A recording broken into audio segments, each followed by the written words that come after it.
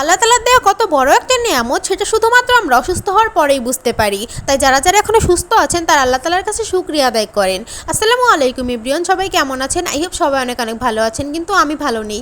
কারণ কিছুদিন যাবত আমার খুব জ্বর। সেদিন বৃষ্টিতে ভেজার পর থেকেই খুব জ্বর হয়েছিল। তো আমি ওষুধ খাওয়ার ভয়ে হচ্ছে ডাক্তারের কাছে আসছিলাম না। তো আজকে মানে এক কথা জোর করেই আমাকে নিয়ে আসছে ডাক্তার দেখানোর জন্য। তো এখানে ডাক্তার দেখিয়ে আমরা ওষুধ কিনে নিয়েছি। ওষুধ কেনার পর কিছু ফল কিনছিলাম, কারণ আমরা হয়তো সবাই জানি জ্বর হলে আনারস, মালটা এসব খেতে হয়, কারণ এইসব খেলে জ্বর অনেকটাই কমে যায়। তো এখানে কিনতে এসে তো মাথায় হাত, আনারস 150 টাকা চাচ্ছিল জোড়া। তো তারপর হচ্ছে যাই হোক, নিতে তো হবেই, চাইলে কি হবে। তো আমরা এখানে 2 জোড়া আনারস, 1 কেজি মালটা, 1 কেজি বেদেনা বা ডালিম যেটাই বলো না কেন কিনে নিয়ে আসলাম। তো কেনার পরে হচ্ছে আরেকটা দোকান থেকে টিস্যু, কেক ওইসব কিনতে গিয়েছিলাম, কারণ জ্বরের মধ্যে হচ্ছে আমি ভাত টাত কিচ্ছু খেতে পারছি না, এই কেকগুলো একটু খেতে পারি। তো সেজন্য হচ্ছে কেক নিয়ে যাচ্ছি। কালকে বাসায় নেওয়া হয়েছিল, আমার ছোটো ভাই হচ্ছে এইসব খেয়ে ফেলে সব, তাই আজকে আবার নিয়ে গেলাম। তো এখানে যাওয়ার পথে আমি একটা পিং পং কিনে নিয়েছিলাম, কারণ তোমরা হয়তো সকলেই জানো জ্বর হলে পানি খেতে ভালো লাগে না। তো পিং পংটা আমি একটু খেতে পারছিলাম, কিন্তু এখন আর ভালো লাগছে না।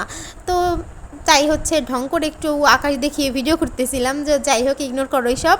তো এখানে দেখো আমাদের বাসায় যাওয়ার পথে মাঝখানে একটা নদী, এই নদীর সাইডের যে রাস্তাটা সেটা অনেক সুন্দর লাগছিল। আমি তো গাড়িতে ছিলাম তাই ভিডিও করতে পারিনি সুন্দর করে। যাই হোক একদিন ভিডিও করে দেখাবো। তো আমরা তোমাদের সাথে কথা বলতে বলতে বাসায় চলে আসছি। বাসায় আসার পরে যে ডাক্তার আমাকে কবুতর খেতে বলছিল, কারণ আমার রক্ত কম আছে। তো আম্মু দেখলাম যে একটা কবুতর জবাই করে পরিষ্কার করে রাখছে। তো আমি 1 কাপ চা খেয়ে নিলাম। তারপরে যে রাতের বেলা না, দুপুরবেলা আম্মুর দুপুরবেলা রান্না করা শেষ। এখন কবুতর মাংস দিয়ে ভাত খাবো।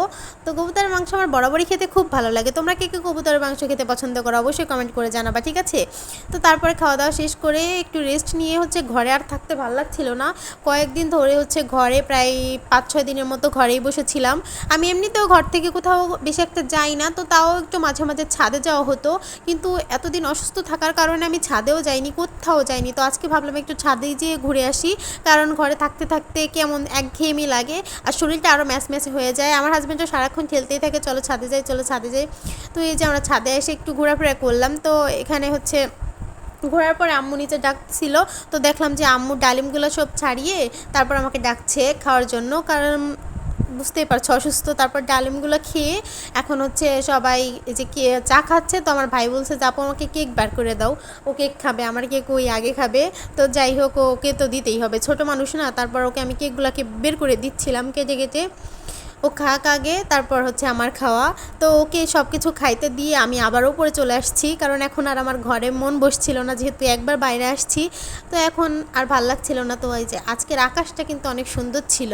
তো তারপরে আমি কতক্ষণ দাঁড়িয়ে দাঁড়িয়ে আকাশ ভিডিও করলাম। আমি মাঝে মাঝে এরকম করি, আমি যখনই ছাদে যাই তখনই যদি দেখি আকাশটা সুন্দর তখন আমি ভিডিও করি। আর কেন জানি না আমাদের ছাদ থেকে আকাশটা অনেক সুন্দরই লাগে।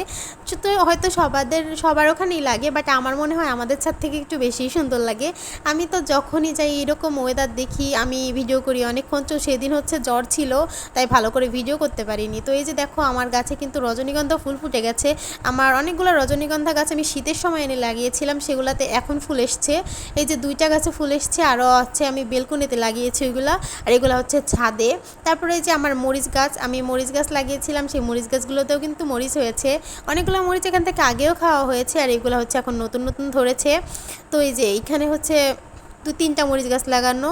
এটা হচ্ছে বরবটি গাছ, আমি বরবটি গাছও লাগিয়েছিলাম এটা আমি লাগাইনি, সরি, এটা আমার হাজব্যান্ড লাগিয়েছিল। তো আম্মুর সাথেও লাগাই দিয়েছিল। তো এখান থেকে কিন্তু অনেকগুলো বরবটি খাওয়া হয়েছে, এখন আবার অনেকগুলো হয়েছে। এটাও খাওয়া হবে কিছুদিন পর, ব্যাপার না। এই যে আম্মু একটা জাংলা বইটা দিয়ে দিছে, এটাকে আমরা জাংলাই বলি, তোমরা কি বলো কমেন্ট করে বলবা। তো এরপর হচ্ছে আমি আমার অ্যালোভেরা গাছগুলো দেখতে চলে আসলাম। এক সময় ছিল আমি অ্যালোভেরা গাছগুলোর অনেক যত্ন করতাম, কিন্তু এখন আর কিছুই করা হয় না, জাস্ট লাগাই ফেলি। আমি তো উঠায় লাগানোরও সময় পাই না। দেখো যে একটা টবে কতগুলো গাছ লাগানো আছে। এই অ্যালোভেরা গাছের জন্য কিন্তু আমি এক্সট্রা কোনো কিছু খরচা করিনি। ইভেন আমি আমাদের বাসার যে তেলের বটলগুলো ছিল সেগুলো কেটে কেটে লাগিয়েছি। তো আমি এখানে কোনো সার দিইনি, আমি ঘরোয়াভাবে সার বানিয়ে সেগুলো ইউজ করতাম। তো আমার গাছগুলো তখন গ্রোথও অনেক ভালো ছিল। এখন যেহেতু ছাদে আসা হয় না, বৃষ্টি নেমে নেমে পানি জমে গেছে, পানি জমে যে নতুন ছোট ছোট চারা গাছগুলো আমি লাগিয়েছিলাম সেগুলো কিন্তু পচেও যাচ্ছে। এগুলো ফুটো করে দেওয়া হয়নি, ফুটো করে দিলে হয়তো পানিটা একাই পড়ে যেত, বাট এখন আমি তো অসুস্থ, কে করবে এইসব, তাই আমি এসে পানিগুলো ফেলে দিচ্ছি। এই যে পচা যে ডালগুলো ছিল সেগুলো আমি ফেলে দিচ্ছি, না হলে ওইখান থেকে অন্যগুলো পচে যাবে।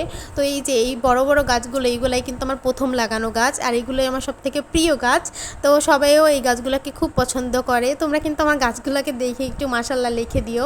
তো এই যে দেখো আমার কিন্তু মাশাল্লাহ অনেকগুলো গাছ হয়েছে, এখন উঠায় উঠায় লাগাইতে হবে। তো তারপর দেখলাম যে আমাদের গাছে অনেক বড় একটা পেয়ারা হয়ে আছে। তো আমি আমার হাজব্যান্ডকে বললাম আমাকে ওই পেয়ারাটা পেরে দিতে, তো ও হচ্ছে পেরে দিল। এই যে হচ্ছে পেয়ারাটা এখন একটু আগে গাছে ছিল, এখন আমার হাতে আছে এটা।